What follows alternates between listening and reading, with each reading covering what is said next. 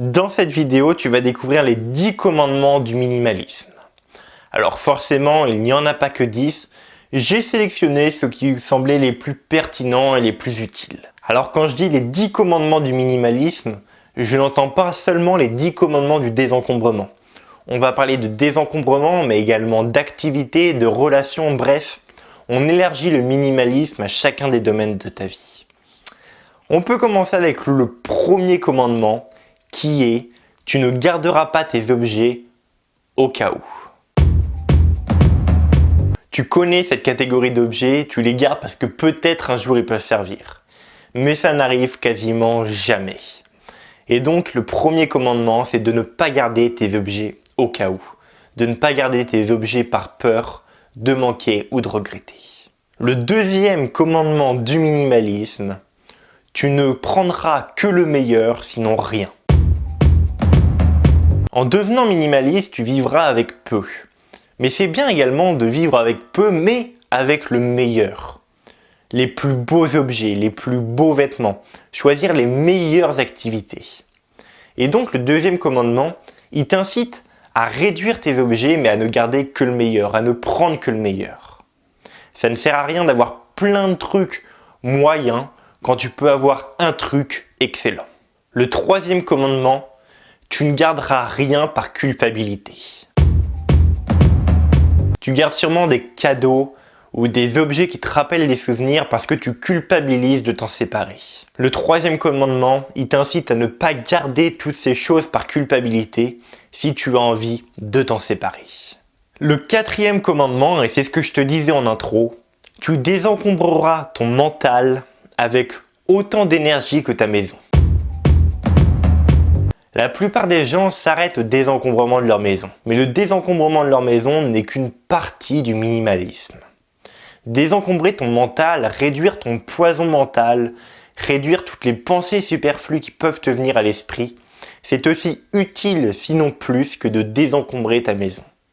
Et donc tu mettras autant d'énergie, voire plus, à désencombrer ton mental que ta maison.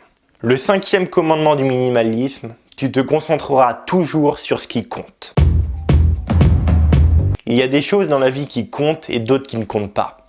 En tant que minimaliste, tu essayes de réduire les choses superflues de ta vie pour dépenser ton temps, ton argent et ton énergie sur ce qui compte vraiment. Et donc, concentre-toi toujours sur ce qui compte vraiment. Le sixième commandement, tu n'entretiendras pas de relations toxiques. N'aie pas peur de te séparer des personnes qui sont toxiques dans ta vie. Des personnes qui ne t'apportent rien et à chaque fois que tu les vois, ils te dépriment, ils pompent ton énergie, ils aspirent ton énergie. Tu n'as pas besoin de côtoyer des personnes que tu n'as pas envie de côtoyer, même si ce sont des amis d'enfance ou des personnes de ta famille. Le septième commandement, tu feras ce que tu aimes avec les personnes que tu aimes.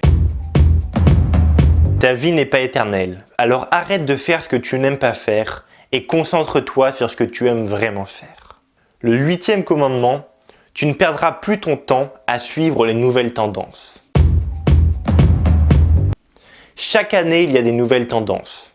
Un nouveau réseau social, un nouvel iPhone, ou alors une nouvelle mode qui se lance de vêtements par exemple. Ne perds pas ton temps à suivre les nouvelles tendances, les modes s'épuisent vite. Suis ton propre style, ce que tu as vraiment envie de faire, et arrête de suivre le troupeau sans arrêt. Le neuvième testament, tu parleras moins que tes interlocuteurs.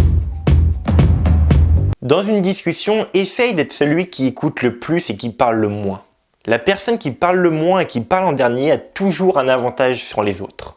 Ça lui permet de mieux comprendre la situation et ça lui permet, quand elle sait écouter attentivement, de créer de meilleures relations avec les autres personnes.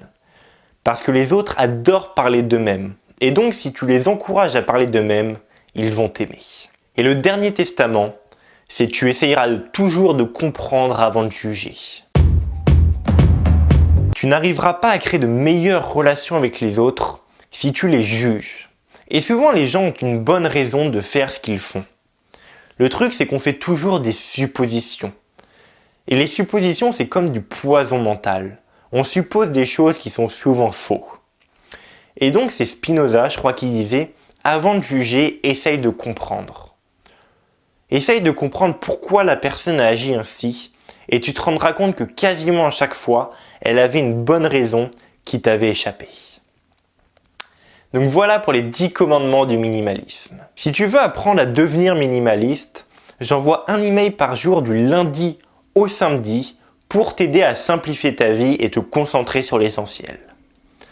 En bonus, tu recevras la méthodologie, une formation 100% gratuite qui te donne les 9,5 étapes pour commencer à désencombrer ta maison. C'est le premier lien dans la description et c'est totalement gratuit. Si tu as aimé la vidéo, partage-la autour de toi si tu connais des personnes minimalistes.